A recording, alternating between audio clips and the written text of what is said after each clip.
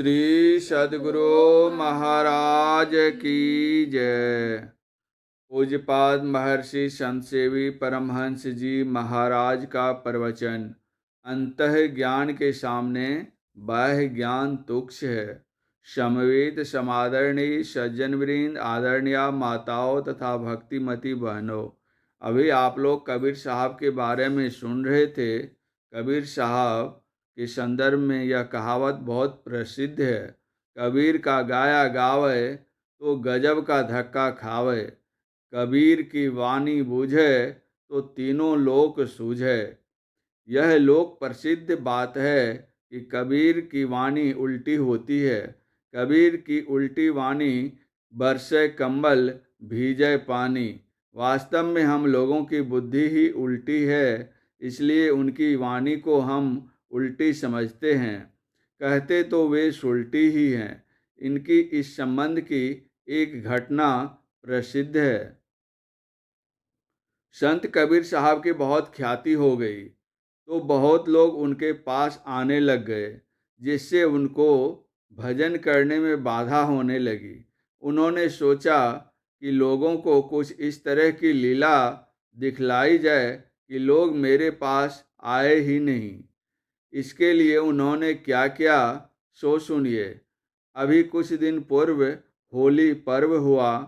इसी तरह उनके ज़माने में भी होली का दिन था। उन्होंने एक बोतल में पानी भरकर अपने हाथ में ले लिया। अपनी दाईं ओर रविदास जी को और बाईं ओर एक वेश्या को लेकर शहर की ओर घूमने के लिए चले और गाने लग गए। अरड़ भैया सुन ले मोर कबीर, दिल लगी देवर भोजाई रे, कछु कहलो न जाए, ऐसन कठिन भोजाई रे, कछु कहलो न जाए। बीच बीच में बोतल का पानी पीते और यही गाते चले जा रहे थे। लोगों को होता कि ये शराब पी रहे हैं और वेश्या बगल में है ही। चमार रविदास जी को भी बगल में ले लिए हैं। ठीक ही कबीर की बुद्धि बिगड़ गई है। लोग कहने लग गए, दीन दश भक्ति कबीरा किन्हा, अहो संग गणिका को लिन्हा। लोगों को समझा लोगों ने समझा कि कबीर साहब देवर और भौजाई की दिल लगी की बात कहते हैं, लेकिन उनका कहना बड़ा विलक्षण था। दिल लगी देव वर भव जाई रे, अर्थात जिसका दिल देववर परमात्मा से लग गया तो भव जाए रे, उसका संसार भव चक्र समाप्त हो जाता है, यानी आवागमन का चक्र छूट जाता है। संत कबीर साहब तो यह कह रहे थे, पर साधारण बुद्धि के लोग उसका अर्थ कुछ और ही समझ रहे थे। कबीर साहब कुछ पढ़े लिखे नहीं थे, फिर भी इतने बड़े विद्वान थे कि उनकी बराबरी करने वाला कोई नहीं। उसी समय एक पंडित जी थे। उन्होंने विद्वानों से शास्त्रार्थ कर उन सबको पराजित करके अपना नाम सर्वाजित रख लिया और अपनी माताजी से कहा, माँ, अब मेरा नाम सर्वाजित हो गया है, तुम भी मुझे सर्वाजित कहा करो। उनकी माता की श्रद्धा संत कबीर साहब में थी। उन्होंने कहा, बेटा, सबको तो तुमने जीत लिया, कबीर को जीतो तब मैं तुमको सर्वाजित कहूँगी, वैसे नहीं। पंडित जी ने कहा, माँ, कबीर तो महामूर्ख है, वह कुछ भी पढ़ा लिखा नहीं है, उसको क्या जीतना, उससे क्या शास्त्रार्थ करना, जब वह कुछ जानता ही नहीं। माँ ने कहा, बेटा, पहले जाओ तो सही।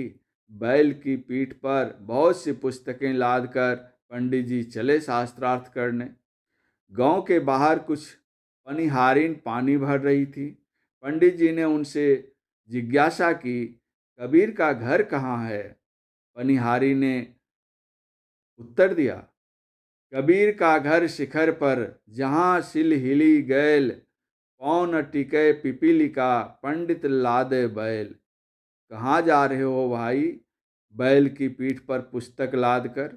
पंडित जी का माथा चकराया कि जिस गांव की पनिहारिन की भाषा ऐसी है तो कबीर कैसा होगा। लेकिन विद्या की ऐंठ थी। मन में सोचा, चल कर देखें। वहीं से एक लोटा जल भर लिया और कबीर साहब के पास पहुंचकर उनके आगे रख दिया। लोटा पानी से लबालब भरा हुआ था। कबीर साहब ने अपनी गुदरी सीने वाली सुई निकाली और उसे लोटे के पानी में डाल दी। पंडित जी द्वारा जलापूर्ण लोटा रखने का आशय यह था कि जैसे लोटा जल से लबालब भरा है, वैसे ही वह ज्ञान से लबालब भरे हुए हैं। कबीर साहब ने उस लोटे के जल में सुई डालकर उसका उत्तर दिया कि उसके ज्ञान को छेद कर मेरा ज्ञान नीचे चला जाएगा। जैसे लोटे के जल में सुई पड़ने से उसमें हलचल नहीं हुई, उसी तरह मेरा ज्ञान आप में प्रवेश करने पर किसी प्रकार की हलचल नहीं होगी। पश्चात पंडित जी ने कहा, कबीर साहब, मैं आपसे शास्त्रार्थ करने के लिए आया हूँ। कबीर साहब ने कहा, मैं पढ़ा लिखा नहीं हूँ, आप मुझसे क्या शास्त्रार्थ करेंगे? पंडित जी ने कहा, आप शास्त्र पढ़े नहीं हैं तो कागज पर लिख दीजिए कि पंडित जीता, कबीर हारा। कबीर साहब ने उत्तर दिया, मैं पढ़ा लिखा नहीं हूँ, लिखूंगा कैसे? आप जो लिखना चाहें स्वयं लिख लें। पंडित जी ने कबीर हारा सर्वाजित जीता लिखकर कबीर साहब से हस्ताक्षर करने के लिए कहा। कबीर साहब ने कहा, मैं लिखने के लिए नहीं जानता हूँ, हस्ताक्षर कैसे करूँ? पंडित जी ने कबीर साहब से अंगूठा निशान करने का आग्रह किया। कबीर साहब ने अंगूठा निशान कर दिया। पंडित जी फूले नहीं समाये कि अब माँ का को जाकर दिखाऊंगा कि तुम जिस कबीर के बारे में कहती थी, देखा वह हार गया।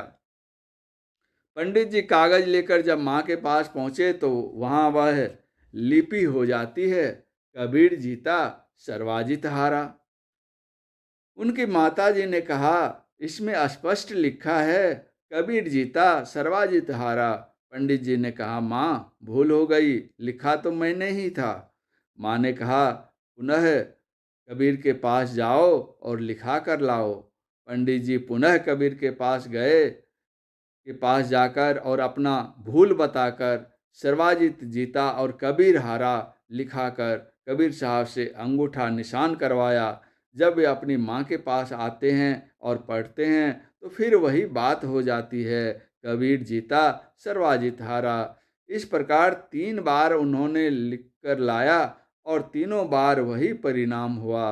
अंत में पंडित जी ने कबीर साहब के चरणों में गिरकर क्षमा याचना की और उनका शिष्यत्व ग्रहण कर अपना जीवन धन्य किया। एक दिन समय पाकर पंडित जी ने संत कबीर साहब से पूछा, आप तो कभी मदरसा गए नहीं, पर इतने बड़े विद्वान कैसे हो गए? मैंने सबको पराजित किया, पर आपसे पराजित हो गया। यह विद्या आपने कहाँ पढ़ी, कैसी पढ़ी? इस पर कबीर साहब ने उत्तर दिया, मैं मरजीवा समुद्र का डुबकी मारी एक, मुट्ठी लाया ज्ञान की, जामे वस्तु अनेक। लगे हाथ पंडित जी ने पूछ दिया, आप कहते हैं कि मैंने समुद्र में डुबकी लगाई। किस समुद्र में आपने डुबकी लगाई? अरब सागर में, अटलांटिका महासागर में, प्रशांत महासागर में या लाल सागर में? तब कबीर साहब ने उत्तर दिया, कबीर काया समुंद है, अंत न पावे कोय, मृतक होई के जो रहे, मानिक लावे सोए। अर्थात यह शरीर सागर है, इसकी था कोई नहीं पाता। जो कोई इसमें जीवन मुक्त होकर रहते हैं, उनको परमात्मा रूपी बहुमूल्य पदार्थ मिलता है। संत रघुनाथ दास जी ने भी इस शरीर को सागर कहा है, यथा यह शरीर सागर अवगाहा, यही कर नहीं कोई पावत था। अंतरि उलटी निरखय कोई, आवागमन मिटावे सोई। यह शरीर देखने में तो 3.5 हाथ का है, पर अथाह समुद्र है। कबीर साहब ने तो कहा, कहा मड़ावे मेरिया, लंबी भीत उषार, घर तो 3.5 हाथ, घना तो 4.25। इस 4.25 का भी कोई पार नहीं पाता है। कोई चतुर न पावे पार, नगड़िया बावरी। बहुत से ज्ञान के कार्य आप संसार में देख रहे हैं। इसी मनुष्य शरीर का मस्तिष्क काम कर रहा है। हम लोगों की आँख के नीचे भाग अज्ञान की दिशा है और आँख के ऊपर ज्ञान की दिशा है। सो जो शिक्षा स्कूल कॉलेज में होती है वह आँख से नीचे की होती है और संतों की शिक्षा आँख के से ऊपर की होती है। स्वामी विवेकानंद जी का पूर्व नाम नरेंद्र था। उनके पिताजी वकील थे। अच्छी वकालत चलती थी। घर मकान भी अच्छे बना लिए थे। सब ठीक ठाक चल रहा था। जब उनके पिताजी का शरीर छूट गया तो आय का स्रोत कुछ रहा नहीं। बड़ी गरीबी आ गई। इतनी गरीबी आ गई कि वे दाने दाने के मोहताज हो गए। भोजन करने वाले में एक तो वे स्वयं थे, उनकी 2-3 बहनें और माताजी थी। 4-5 सदस्यों का परिवार था। खाएंगे क्या? कुछ भी व्यवस्था नहीं थी। एक दिन उनके घर में भोजन के लिए मात्र एक आलू के सिवाय और कुछ नहीं था। बेचारी बूढ़ी माँ क्या करती? उसी एक आलू को टुकड़े टुकड़े करके उबालकर नमक मसाला मिलाकर कटोरी नरेंद्र के सामने देती है। नरेंद्र एक चम्मच पानी लेकर उसे अपनी बहन के सामने कर देते हैं। वह भी एक चम्मच पानी लेती है और दूसरी बहन के आगे कर देती है। इस प्रकार घूमती हुई कटोरी माँ के पास आ गई। उनकी आंखों से पानी गिर गया। बच्चे भूखे हैं पर बेचारी करती भी क्या? साहस बटोर कर कहती है, बेटा तुम लोगों को भाई बहन में इतना प्रेम है तो तुम्हारा भविष्य उज्जवल होगा। इस घटना से स्वामी विवेकानंद को बड़ा दुख हुआ। उसके मन में हुआ कि पढ़ लिख करके भी मैं कुछ कर नहीं पा रहा हूँ। हमारे घर के लोग भूखे मर रहे हैं। उन्होंने नौकरी के लिए कलकत्ता शहर की गली गली को छान डाली, लेकिन किन्हीं ने नौकरी नहीं दी। उस समय के वे बीए पास थे। उस समय बीए की कुछ कीमत थी, कुछ ही नहीं बहुत कीमत थी। फिर भी कलकत्ता वालों ने उनको नौकर रखने के योग्य नहीं समझा। हार कर वे चले गए रामकृष्ण परमहंस जी के पास और उनसे प्रार्थना की, मेरी आर्थिक स्थिति बहुत दयनीय है, आप मुझ पर दया कीजिए। परमहंस जी ने कहा, जाओ माँ से कहो। माँ कहने का तात्पर्य माँ काली से था। विवेकानंद जी ने कहा, आप कहिए, आपकी माँ है, आपकी बात सुनेगी, मेरी बात नहीं सुनेगी। परमहंस जी ने कहा, वह मेरी माँ है, तेरी माँ है और जगत जननी सबकी माँ है, जाकर कहो। वे जाते हैं माँ काली के पास।